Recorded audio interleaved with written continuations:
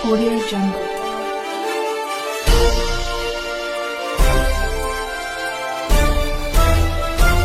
Audio Jungle.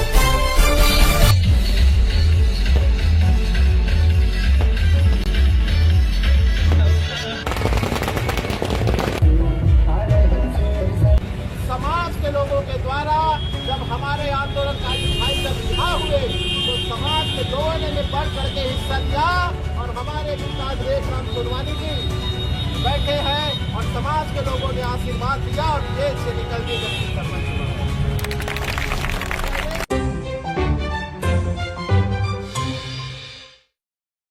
Balodabazar आगजनी मामले में 9 महीने जेल में बिताने के बाद भीम रेजिमेंट के प्रदेश अध्यक्ष दिनेश चतुर्वेदी समेत अन्य युवकों की हाईकोर्ट से जमानत के बाद बेमेतरा में भव्य स्वागत किया गया।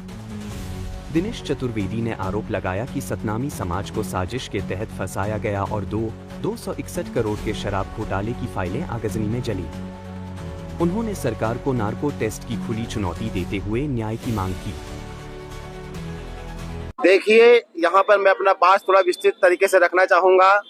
किसी भी धर्म के आस्था केंद्र को अगर काटा जाता है तो समाज के लोग अपने आस्था, अपने गुरुओं के लिए, अपने इष्ट देवों के लिए सरकार के आगे धरना प्रदर्शन का रूप लेते हैं।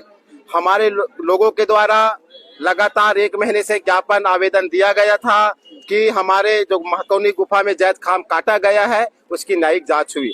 जब उसकी न्यायिक जांच करने से या यूं कहूं कि शासन में बैठे लोगों के द्वारा फेसबुक, व्हाट्सएप में अपना बात रख दिया गया, ना कि लिखित पे रखा गया था, जिसको हम ना मानते हुए आंदोलन किए और आंदोलन में षड्यंत्र पूर्वक समाज को फंसाया गया है।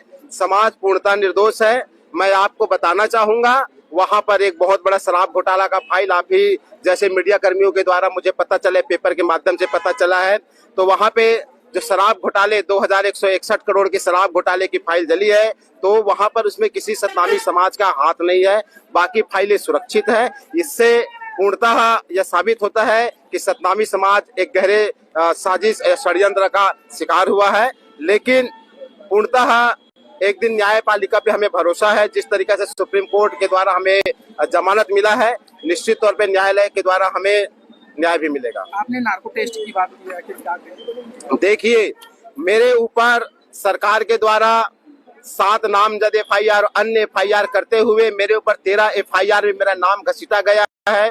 सरकार के द्वारा मुझे मुख्य षड्यंत्रकारी या ये भी कहा गया है कि दिनेश चतुर्वेदी के भाषणों से जब उन्हीं के द्वारा दंगा को भड़काया गया है, तो ऐसे ऐसे गंभीर आरोप लगाकर तकरीबन 150 के आसपास मेरे ऊपर धारा लगाया गया है। और जबकि मेरे द्वारा ऐसा कोई कृत्य नहीं किया गया है, तो मैं नार्को टेस्ट कराने के लिए मैं सरकार को खुली चुनौती देता हूं कि आए मैं नार्को टेस्ट कराए। अगर मैं दोषी पाता हूं, अगर मेरी रद्दी भर मंशा रही होगी कि दंगा भड़काने या दंगा में मेरी रद्दी भर हिस्सा रही होगी, तो मेरे पे फांसी पे मेरे को